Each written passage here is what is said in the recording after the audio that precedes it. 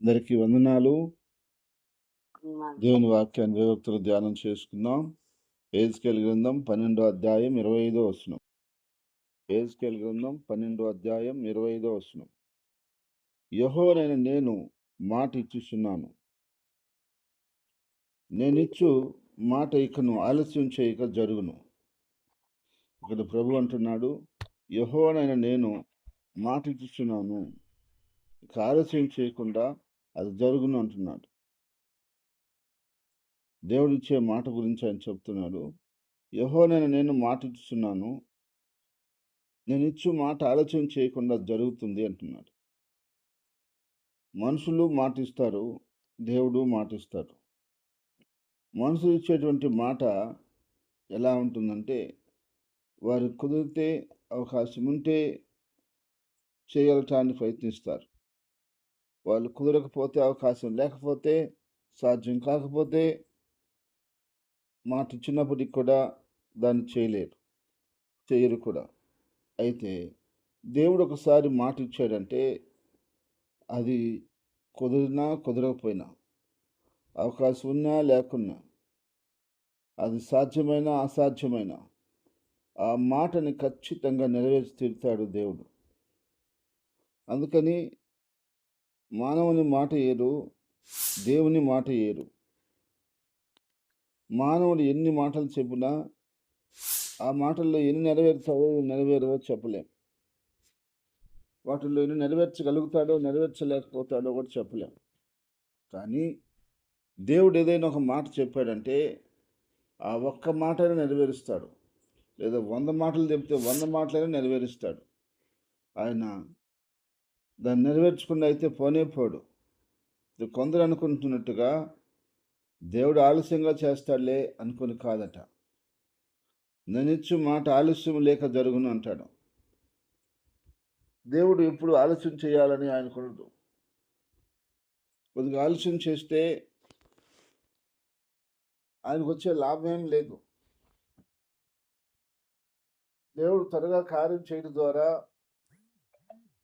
మానవుడు దేవుని స్తుతిస్తాడు, ఆయన గణపరుస్తాడు. అది ఆయన సంతోషం. అయితే ఆలస్యంగా చేయాలని దేవునికి ఇష్టం కాదు. కొన్నిసార్లు ఆ సమయం బట్టి దేవుడు కొన్ని కార్యాలు జరిగించవలసి ఉంటుంది. ఈ భూమి మీద జరుగుతున్న ప్రతి కార్యానికి, ప్రతి పనికి ఒక సమయం కలదు అని చెప్పాడు. ఎందుకని? ఆ సమయం వచ్చినప్పుడే అది చేస్తే అది బాగుంటుంది. ఉదాహరణకు ఒక చిన్న అబ్బాయి, అమ్మాయి ఉన్నారనుకుందాం. వాళ్ళకి ఒక 10 ఏళ్ళు ఉన్నాయనుకుందాం. అబ్బాయి, అమ్మాయి కదా అని చెప్పి వాళ్ళిద్దరికి పెళ్లి చేస్తామా? పెళ్లి చేయం. పెళ్లి చేయాలంటే ఒక వయసు రావాలి. వాళ్ళకి తగిన వయసు వచ్చినప్పుడు యుక్త కాలంలో వాళ్ళకి వివాహం చేస్తే అది వాళ్ళిద్దరికీ మంచిది, చేసిన వారికి మంచిది, చూసిన వారికి సంతోషంగా ఉంటుంది. అదే వయసు రాకముందే అమ్మాయి, అబ్బాయిలని చెప్పి పెళ్లి చేస్తే అది చాలా ఇబ్బందికరంగా ఉంటుంది. అదేవిధంగా కొన్ని కార్యాలు దేవుడు మన ఎలా చేయటానికి ఆయన సమయాన్ని చూస్తాడు.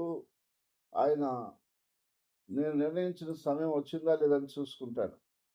ఆ సమయం రాగానే ఖచ్చితంగా ఆ కార్యాన్ని, ఆ పనిని దేవుడు నెరవేరుస్తాడు. అయితే ఈరోజు చాలామంది ఆ విషయాన్ని అర్థం చేసుకోలేరు.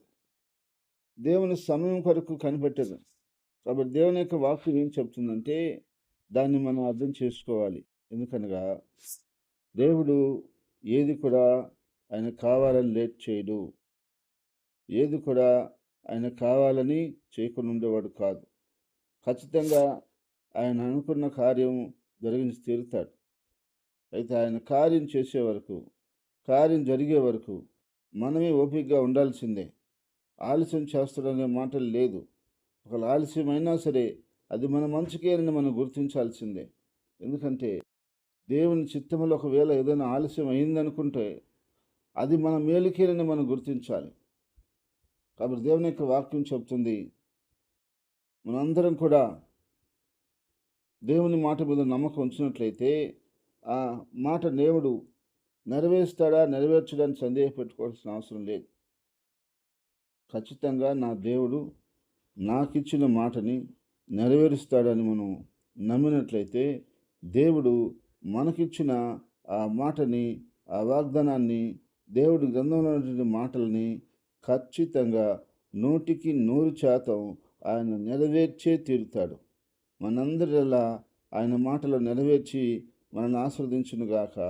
ఆమేన్. స్తోత్రం తండ్రి, పరిశుద్ధుడా, నీ స్తుతులు స్తోత్రాలు చెల్లిస్తున్నాం తండ్రి. రాజాతి రాజా, నీ స్తుతులు స్తుతులు స్తుతులు స్తోత్రాలు నాయన. యేసు ప్రభువా, నీ కృతజ్ఞతలు కృతజ్ఞతలు కృతజ్ఞతలు. అయ్యా, నీ స్తుతులు చెల్లిస్తున్నాం తండ్రి. నా తండ్రి, నీ కృతజ్ఞతలు చెల్లిస్తున్నాం ప్రభా. అయ్యా, యెహెజ్కేలు గ్రంథం 12:25లో మీరు సెలవిచ్చున్నారు. నా తండ్రి ప్రభువా, నువ్వు మంచి దేవుడివి, గొప్ప దేవుడివి. అయ్యా, నువ్వు మాటిచ్చి దాన్ని మార్చుకునేవాడు కాదని, మాటిచ్చి దాన్ని తప్పకుండా జరిగిస్తావని ఆయన యెహెజ్కేలు 12:25లో మీరు సెలవిచ్చున్నారు. అవును ప్రభా, మనుషులు మాటిస్తారు, అది సాధ్యం కాకపోతే మేము చేయలేకపోయాము అంటారు. కానీ నువ్వు అలాంటి వాడివి కాదు.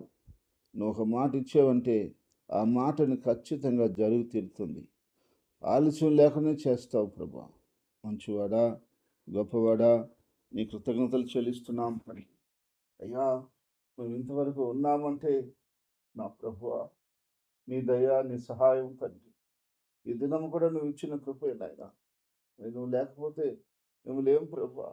నా తండ్రి, మమ్మల్ని పోషించి, సంరక్షించి, కాసి, కాపాడి, భద్రపరిచి, అన్ని విధాలుగా ఆదుకొని ఆదరిస్తున్న దేవుడు నీవేనని యేసుక్రీస్తు ప్రభువా మనసారా హృదయపూర్వకంగా నిన్ను స్తుతించి, ఆరాధించి, ఘనపరుస్తున్నాం తండ్రి. ఈ సమయంలో నీ పరిశుద్ధాత్మ ద్వారా మనందరినీ కూడా నాయన బ్లెస్ చేయమని ప్రార్థిస్తున్నాను. మేము నాయనా నీ మాటలు నమ్ముకొని, నీ మాట మీద ఆశ పెట్టుకొని ఉన్నాం. నువ్వు చెప్పావు, నేను మాట ఇచ్చాను, దాన్ని జరిగిస్తాను అని. ఆలస్యం అయితే చేయను, నా మాట నేను జరిగిస్తానని చెప్పావు. అవును ప్రభా, అంత మంచి దేవుడివి. మాట మీద, అయ్యా, నీ మాట మీద అంత నమ్మకం మాకుంది కనుక మీరిచ్చిన వాగ్దానాలు, మీరిచ్చినటువంటి నాయన లేఖనాలు మా జీవితాల్లో మీరు తప్పకుండా జరిగిస్తారని మేము నమ్ముతున్నాం ప్రభా. కనుక నా తండ్రి, ఈ యొక్క మాటలు అయ్యా ప్రతి బిడ్డలో ఫలింప చేయనాయన. నీ వాక్యం ప్రకారంగా ప్రతి బిడ్డ జీవించి నీ కొరకు ఫలించుటకు సహాయం చేయనాయన. నీ వాగ్దానాలు మా జీవితాల్లో, మా పరిచర్యలో, ఏ సంఘంలో నెరవేర్చి ఆస్వాదించమని ప్రార్థిస్తున్నాయా తండ్రి. మీ రక్తంతో మమ్మల్ని కడిగి పరిశుద్ధపరచు. ఏ కలంకము, మచ్చ, డాగు మనం లేకుండా తీసేయి ప్రభా. కడిగి పరిశుద్ధపరచు నాయన. అయ్యా, ఈ యొక్క అంధకారమైన లోకంలో, ఈ పాపి లోకంలో, ఈ భ్రష్ట లోకంలో మేము జీవిస్తున్నాం. వీటికి మేము ఆకర్షితులమై నాయనా నిన్ను బాధ పెట్టకుండా, అయ్యా నిన్ను దుఃఖపెట్టకుండా, నీకిష్టంగా నీ చిత్తానుసారంగా జీవించడానికి మాకు సహాయం చేయమని ప్రార్థిస్తున్నాం ప్రభా. అయ్యా, ఈ దినం నీ ప్రజలు వెళ్తున్న పనుల్లో, మార్గాల్లో, ఉద్యోగాల్లో, వ్యాపారాల్లో, బిడ్డల చదువుల్లో మీరు తోడు నేడుగా ఉండి కాసి కాపాడి అయ్యా క్షేమంగా తీసుకెళ్ళి క్షేమంగా తీసుకురమ్మని. అయ్యా, మా కుటుంబాలని, బిడ్డలని, పరిచయలను సమస్తమును మీ చేతులకు అప్పగిస్తున్నాం ప్రభా. ఆయన ప్రతి బిడ్డని, ప్రతి కుటుంబానికి అప్పగిస్తున్నాం. ప్రతి సంఘానికి అప్పగిస్తున్నాం. పరిసరం అంతటినీ అప్పగిస్తున్నాం. సార్వత్రిక సంఘం అంతటినీ, సంఘంలో ఉన్న బిడ్డలందరినీ నిన్ను అప్పగిస్తున్నాం ప్రభా. మీరు ఆశీర్వదించండి, దీవించండి, కాసి కాపాడి, భద్రపరిచి, వదల చేయమని ప్రార్థిస్తున్నాం ప్రభా. నానా అయ్యా, నీ ప్రజలకి ఏం అవసరమో, ఏది అత్యవసరమో అవన్నీ త్వరగా చేయమని ప్రార్థిస్తున్నాను. మంచి ఆరోగ్యము, సంతోషము, సమాధానము, అయ్యా ఆర్థిక అభివృద్ధి, క్షేమము, కాపుదల, భద్రత, ఐక్యత, ప్రేమ, అనురాగాలు సమృద్ధిగా దయచేయమని ప్రార్థిస్తున్నాను. నా తండ్రి, ఎలాంటి సాతాని అంధకార దురాత్మ శక్తులకి ప్రభావం మా మీద కానీ, పిల్లల మీద కానీ, కుటుంబం మీద కానీ, పరిసరం మీద కానీ, సంఘాల మీద లేకుండా యేసుక్రీస్తు నామములో బంధిస్తున్నాం తండ్రి. మా దేశమును, దేశ ప్రజలను, దేశ నాయకులను అయ్యా మీరు రక్షించి, కాపాడి, భద్రపరిచి, నా మహింపరచుకోమని, ఈరోజు పుట్టినదినము, యాహదినమును జరుపుకున్న వ్యక్తులను, బిడ్డలను, కుటుంబాన్ని దీవించి ఆశీర్వదించమని, ప్రభువైన యేసుక్రీస్తు నామములో స్తుతించి ప్రార్థించి అడిగి వేడుకుంటున్నాం తండ్రి. ఆమేన్.